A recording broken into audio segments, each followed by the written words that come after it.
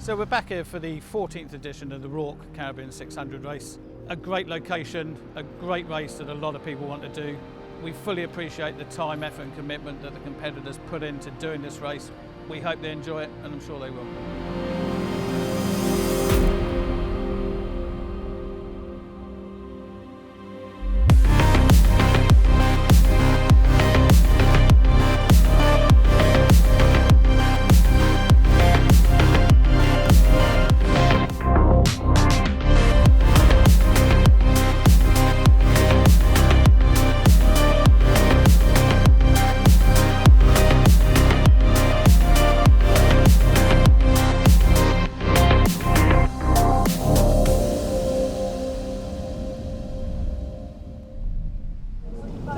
Well, welcome back to the 14th edition of the Royal Ocean Racing Club's RORC Caribbean 600. We've had an absolute downpour here, which means that unfortunately we are not able to live stream, so you're listening to a recording. We can hear the chopper coming in, and as you can see, we've got this impressive fleet of 70 boats from all over the world, and sitting with me is Lucy Jackson. Lucy, tell us about what you can see right in front of you. Well, we are 1 minute from the first start, so the line is currently clear, which is always a good thing at 1 minute to the start. We've got one of the new Class 40s, the Pirelli boat, right on the inside of the line here. Yeah, but not in the first start. Yeah, we're going IRC 1, IRC 2 in the first start. This is the largest start of this RORC Caribbean 600. And, well, we've got teams from all over 12 different countries: Antigua, France, Great Britain, Switzerland. Lucy, we are right in there. What's going on? I can see a lot of boats up at the pin end, not so many inshore here. Yeah, which is surprising. Maybe they're planning to kind of sail along the line in this 30 seconds before the start. But yeah, the wind has died down a little bit from that squall that's just come through. We've got your Gitsy's one of the closest inshore boats is here. The closest to us there. So they've just tacked onto port. Yeah. Fantastic. So yes, they've just tacked onto port. Who else? We've got Patanegra coming along the line. Hey, I've got to mention Hultaj, the little Figaro there, the smallest boat in the class. In the race, I should say. It looks absolutely dwarfed there by these boats. It does, but good for them for getting on the start line. That's why this race is so inclusive, that you can have little Figaro ones there racing against Pie Wackets and Swan 82s. Indeed, under IRC, he could well win it. He's sailing two-handed, and it's, a Figaro is just 9 metres in length, but the Simon, as he's known, the skipper, he went round the world single-handed in 270 days. Wow! In a boat that was 6.3 metres, so that must be a maxi to him. Yeah, well, I suppose it's bigger, but. Anyway, we reckon Yagiza's got an absolute flyer there. That's wow, Yagiza. yes. I can see the red jacket of Ross Appleby up by the rig. I don't need to look through the binoculars. I'm not sure Ross actually sits that far forward. I think he's probably closer to the afterguard. Okay, all right. But anyway, we've got to have a shout out there for Yagiza. That's a fantastic start. The first of the day. Then USA 2388 is right behind them. Okay, I'm not sure. That's final. So that's the Beamy Mark Mills design, skippered by John Desmond, down here from the US. And it's also got the RORC Overseas Rear Commodore on board, Drew Taylor. And he's a real ocean racing junkie, 29 Sydney Hobarts, youngest crew in the race. Second youngest crew in the race, Luke Tugas at 17. So good start there for final. And who else you got? The Canadian boat, the J133, has just sailed through a huge patch of Sargasso weeds, so hopefully that doesn't get caught on their keel. Yeah, and apparently it's a record year for that. That's the chopper we've got there.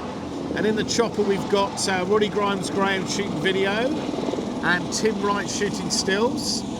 And we'll be showing you those a little bit later on.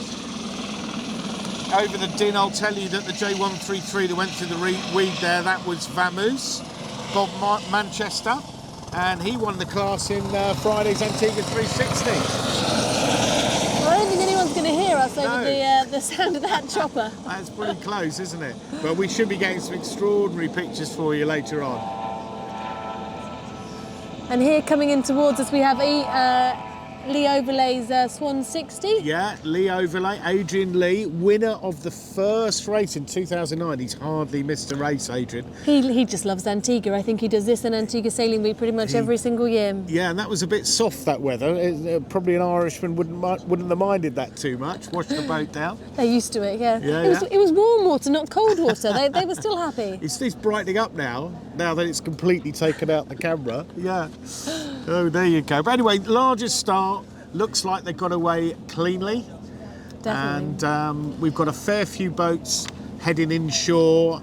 As Lucy was actually saying earlier on, you get a nice lift wind bend, bit more Well, they pressure haven't there. come into the shore as close as much as I thought, so I don't know where that squall's come through, the wind's kind of softened, or whether it's gone a bit more around to the north, because they seem to be able to lay this much more in kind of one tack, or, well, not one tack, but they're not hugging into the shore as much as they have done in previous years. Okay, might have disrupted the normal wind that we get, that bend round. And so anyway, what's the time, Lucy? How long have we got till the next start? We're 7 minutes off the next start.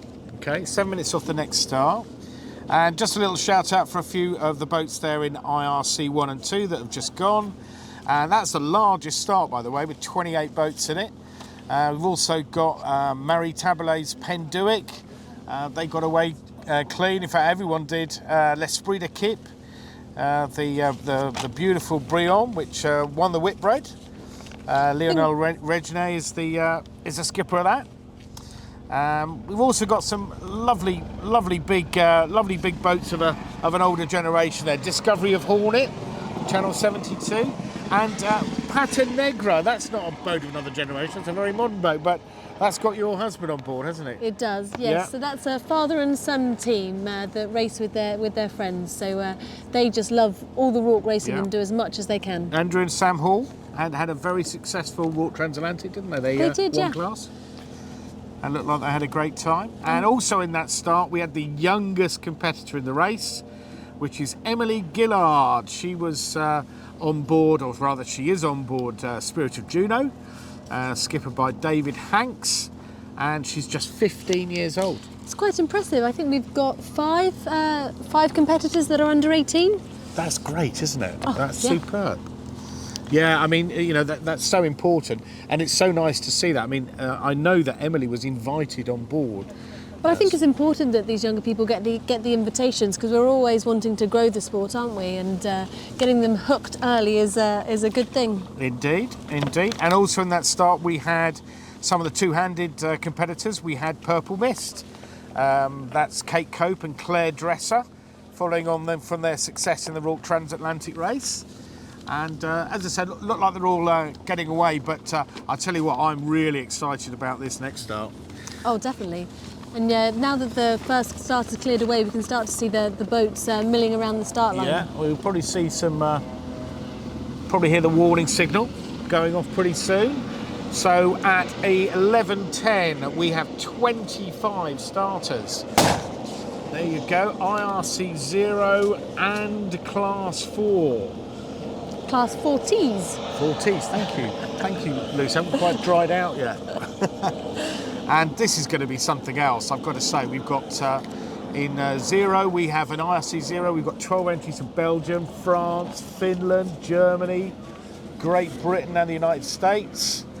And 10 absolute flyers in that. Eric de Turckheim's Teaser Machine, James Neville's Eno Triple X, Stefan Jentz's Buttin 56, Black Pearl, Zenstrom's Ran, Rafale, I could just keep going, Callisto, Tuliketu, Daggett. I mean, it's just a fantastic array. What do you think about that array of Oh, it's a fantastic array, but also I was looking at the entry for IRC Zero last night, and I don't know who's going to win. There's no clear winner. It's such a competitive I don't class. think they do either, do they? No, and this race, It's hard for the navigators because there's so many corners, but it's just so brutal on the crew that there's no respite. One of the key elements of this race is getting you rest when you can, so that when you kind of here on the final few legs towards the end, you're not exhausted. So managing your fatigue is really critical here.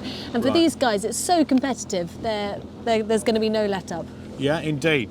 And not forgetting the record number of 13 Class 40s in the start. We've never had 13 before in the race. Well, and the fact that we've got some brand new ones here. There's 187. One of these boats was only launched at the end of 2022. Yeah, I think you're referring to Curium. That's Mark Lepescu's Lombard. We've also got 186, and that's a Mach 5 from San Manuel.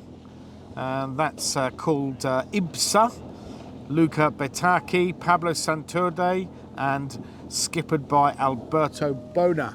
So yeah, some of the latest Class 40s ever built. Well, they're right in front of us. So how long have we got to go, Lucy?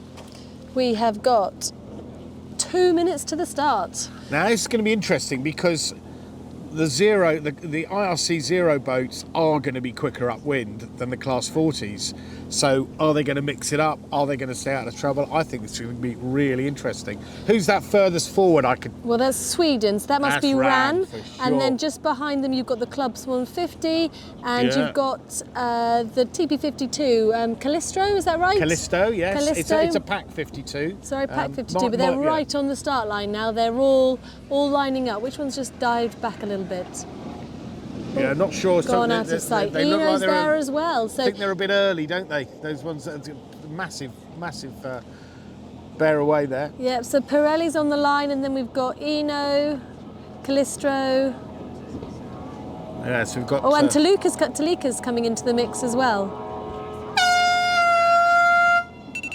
What's that? 1 minute. 1 minute to go. Okay, and I reckon that's Black Pearl. I haven't got my glasses on, but I reckon that's Black Pearl nearest the line, just a big bear away. No, that's Callisto, that's the Pack 52. Oh, beg pardon. And Toluca's right at the other end, they're the furthest forward at the moment. Tuliketu, yeah, And again another big bear down. 52521, which one's that? That's another TP. That is Hooligan, maybe? Yes, that's the one. Yeah. So Hooligan's right on the line as well. Look at this, is a competitive start, hey? And look at Eno here. They're definitely the most inshore of the Zero. They are indeed, and the Class 40s are tending to be more up this end as well. Look at this. This is going to be a blanket, isn't it? Oh yeah. Oh, that's got to be close there. That's got to be close. We are That's behind the the boat, line yeah. here. We're not right bang on the line. So Eno's Just the be aware of closest that. inshore boat, with Callisto right behind them. Amazingly, it sounded like a clear start. Yeah. Now, who's that blue hull in the middle there? They got a That's the cracking Clubs start. 150. Club Swan 50, Balthazar, Yes, Louis that one. Balkan, and And on board they have just look at that fantastic Bauer-Becking. tack. So if you can see Oh, yeah. Callisto, they've managed to tack on port and just cleared the fleet. Yeah. Fantastic. With Eno right on their hip.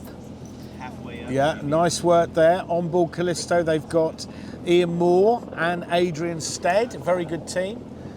There's been a big knock here. So these boats Oh, that yeah. were coming down the line, that Clubs 150 has just been knocked and knocked and knocked.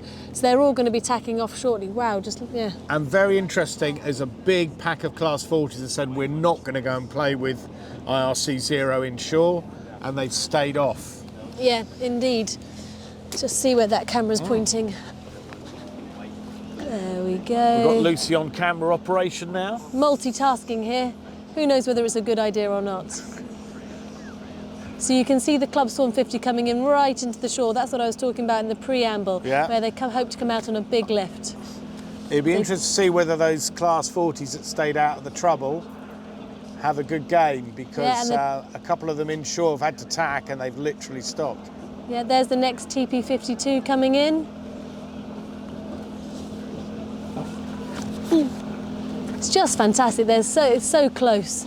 Boats having to bear away and duck down below the boats that are on starboard. Yeah, IBSA, they've just stopped where they haven't had a good tack. Oh, and a bit of shouting. Where's the shouting coming from, Lucy? The two Class 40s just down here, 186, didn't get out the way quickly enough for the Class 40 in front of them. There we go. Well, another clear start, but Look at that. I mean, that's literally touching the rocks, these guys. Ibs are coming in here and Curium. I'm not sure if I'd be doing that with a brand new Class 40. no, and they're shouting water at each other. They're getting quite aggressive there.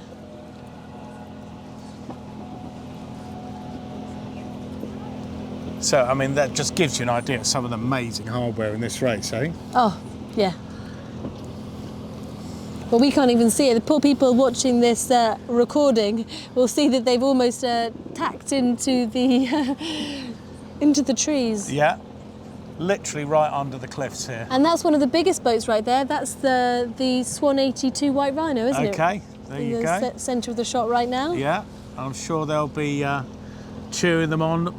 The boats from Rhode Island, so the New York Yacht Club and the Ida Lewis, they'll be cheering those guys and girls on. And that's also got Peter Fletcher on board, the 600 race collector. And I think it was his birthday yesterday. Happy birthday, Fletch. Just hear the chopper coming back in.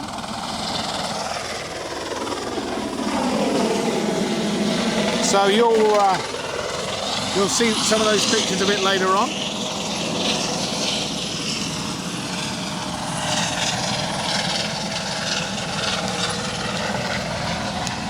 So the next start is Super Zero. It is indeed. Super Zero is the next start. Not sure if you can hear us over the helicopter, but I'm sure it will pass away shortly. Yeah. I think he's getting a picture of us at the moment, Lucy. Give him a wave.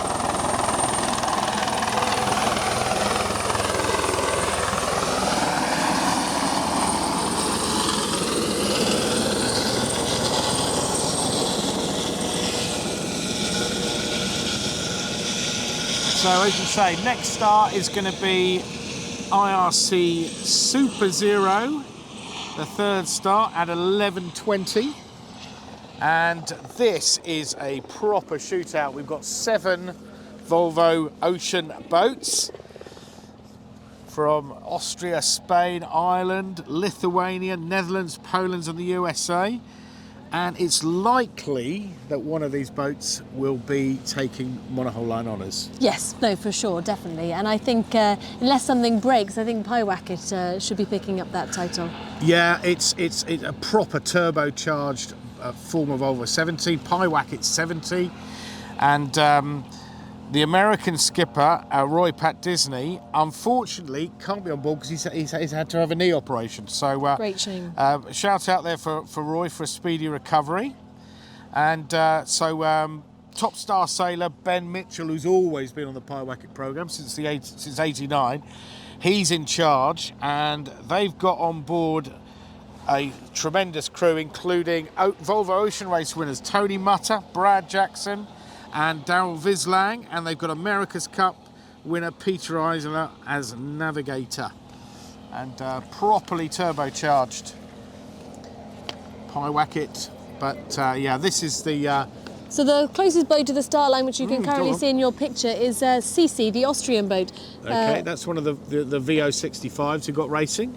Yeah, so the black hull and the blue sails. And then Pyewacket is also just in frame with the black sails just down to the right. But this is a much quieter start. Yes, in fact the sun's come out. Just in time, we'll dry out before we walk back down the hill. Yeah, but not any less competitive. They're all in the starting area, aren't they? Oh, completely. And you've got the camper red sail that you can just see. That's Hyper, the Volvo 70. And down round here, inshore, that's Amber sail. Yeah, good work, Lucy. So we've got 2 Polish boats this time, or 3 Polish boats. Yes. Amber sail. Amber sail's chartered, isn't it? She is, to the Ocean Challenge Yacht Club. I'm going to give it a go. Przemysław Tarnaki. How Yes. did I do? Reasonably well. And they've got, as you say, a Lithuanian Polish crew, but they've also got Jules Salter as navigator, Volvo Ocean Race winner, and also Willie Altadil.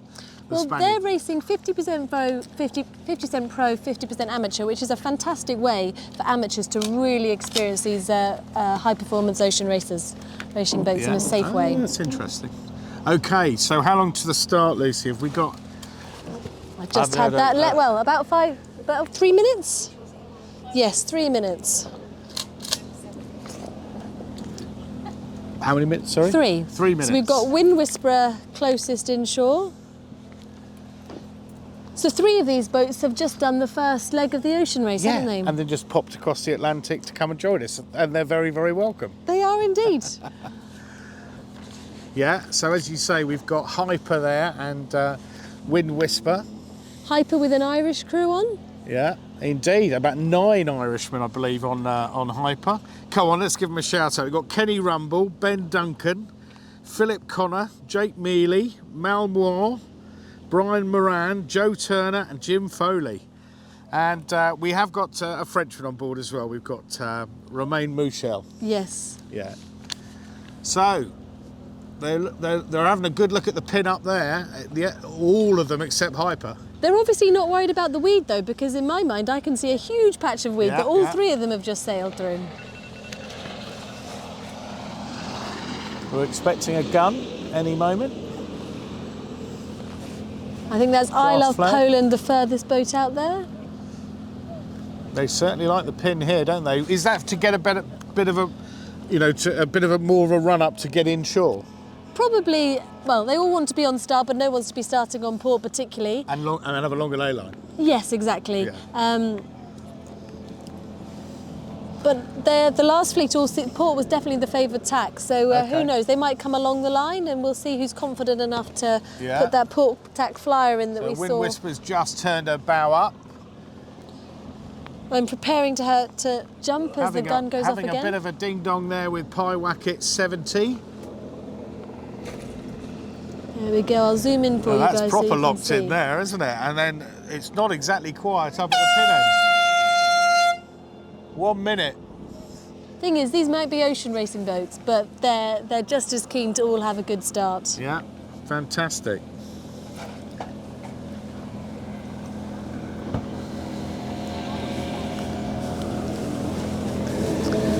So we're looking down the barrel here.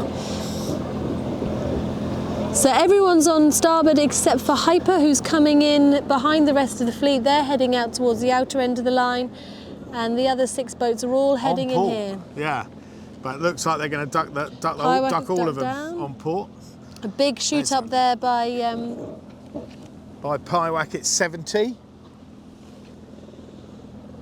Let's see what happens. They're both vying for this pin end, and they've just managed to get clear ahead of Wind Whisperer, so they're trying to hold them to make sure that Wind Whisperer don't get underneath them. Yeah. Here we go. There you go. There's the start. Clear start. That was nice and easy. Yeah, all clear. Who do you think's got a good start there? I quite look at Amber Sail. They have, but look at this. Wind Whisperer's tacked. So are they going to get in front of the other boats? Fingers crossed for them. And Pyewacket's tacking too. I don't think they will. I think Amber Sail's got them there.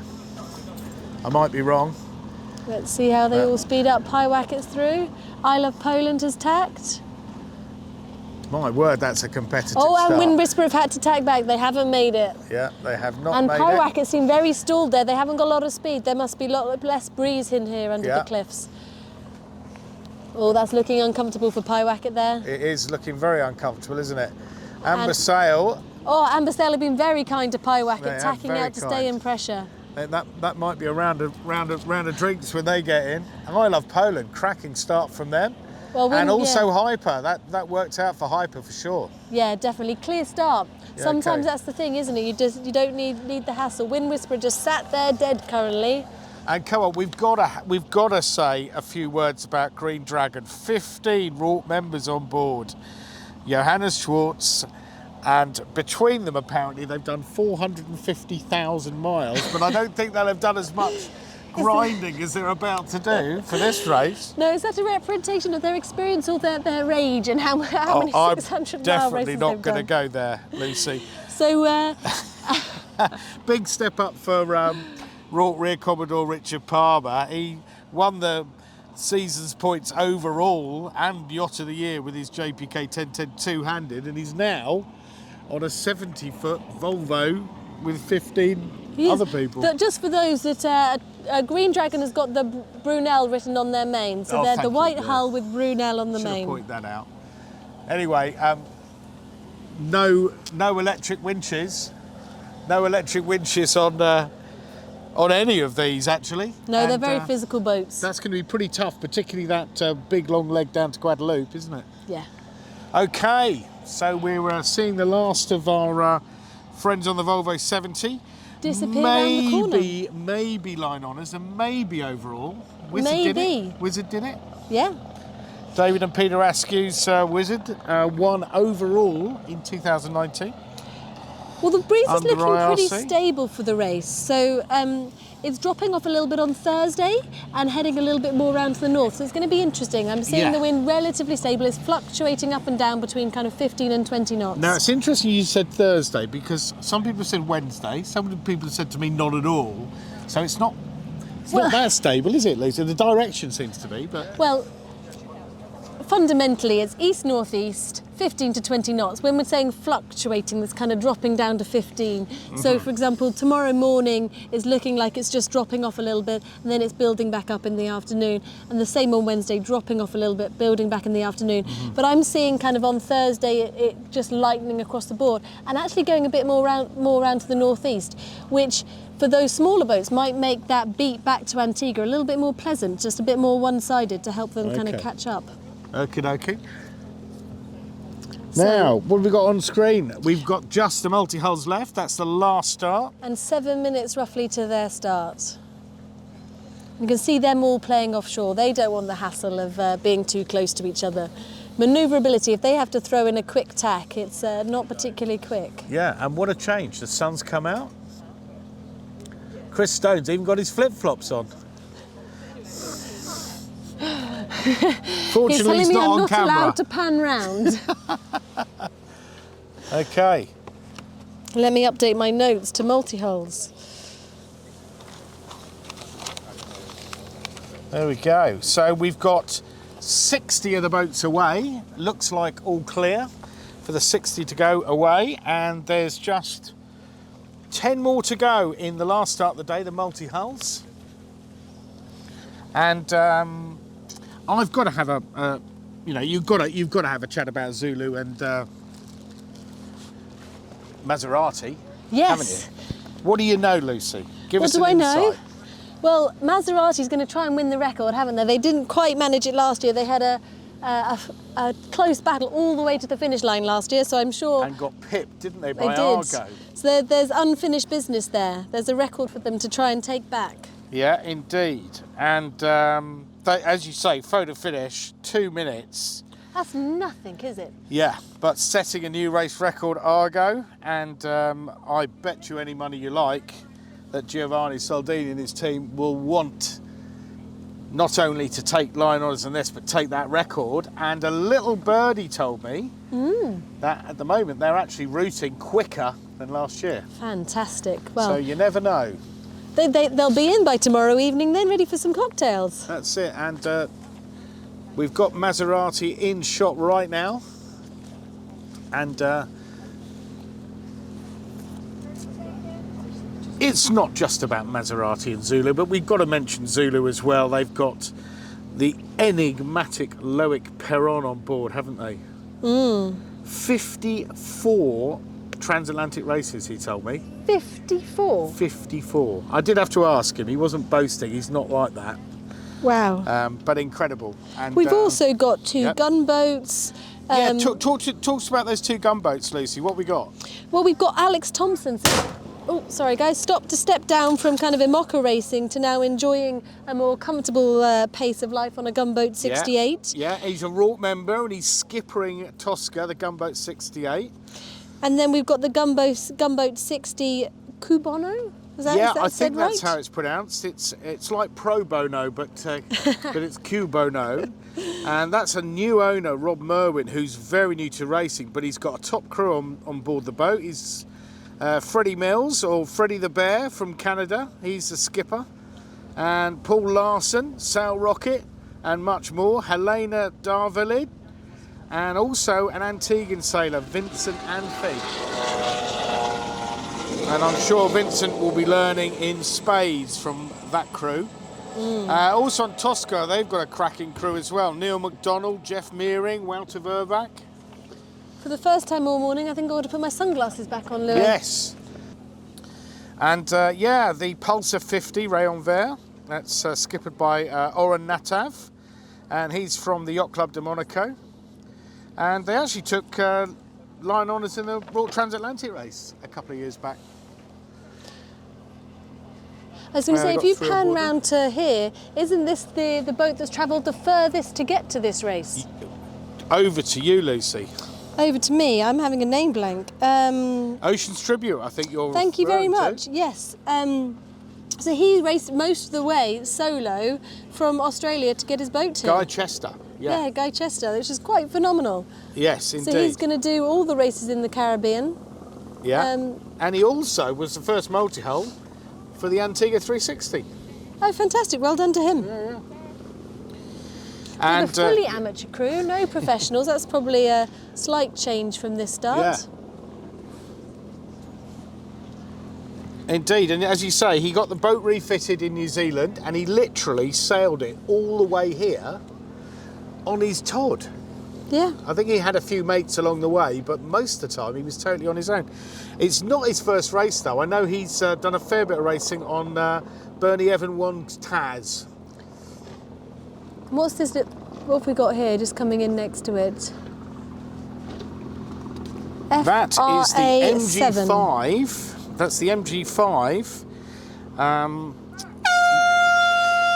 which by is Mark skippered Guillemot. by Mark Guillemot, who's a big rival of Alex Thompson over the Oh, years. does that make him have some rivalry now? Yeah, I'm sure it will.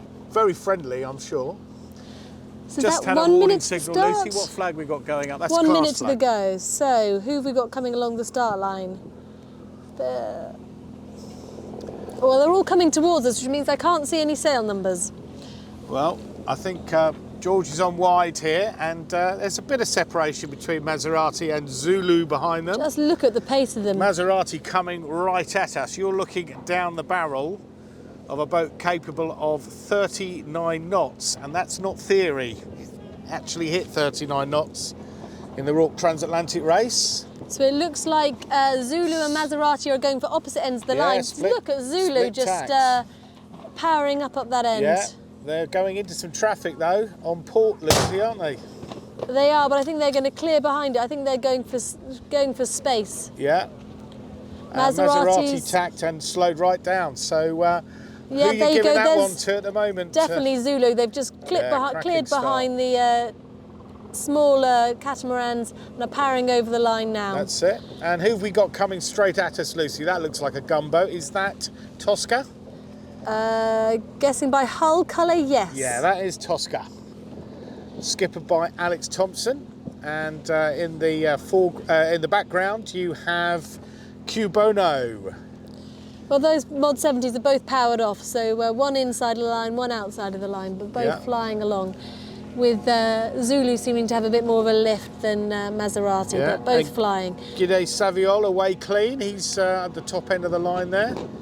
And there's Alex Thompson just tacking onto port, just on the inside of the line. Yeah, and also we've got Banzai out there, the TS42. I think that's the one with the red flare on the hulls. But look at Maserati lifting up her skirts there. She's going. Zulu a bit flatter.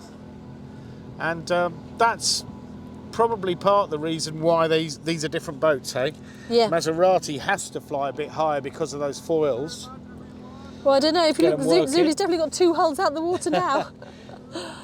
But that's going to be a ding-dong. And just remember that once this start is over, you can track all these boats. Every boat has a satellite tracker.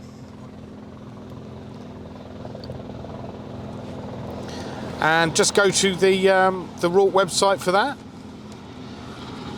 And there you go, the final boat of this fleet just crossing the line at the other end. Okay, and I think that's Spirit. That's AJ Meyer's Spirit. And that's the oldest multi-hull in the race, isn't it? That's and from it's the 1970s? Some fantastic guardians in the past. So Robin Knox Johnson, Mike Golding, and a young Brian Thompson, who's here on Tequila Class 40.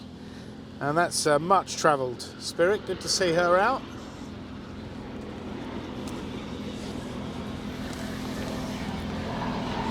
And they're all gone. That's creeping it. off Well, around the corner.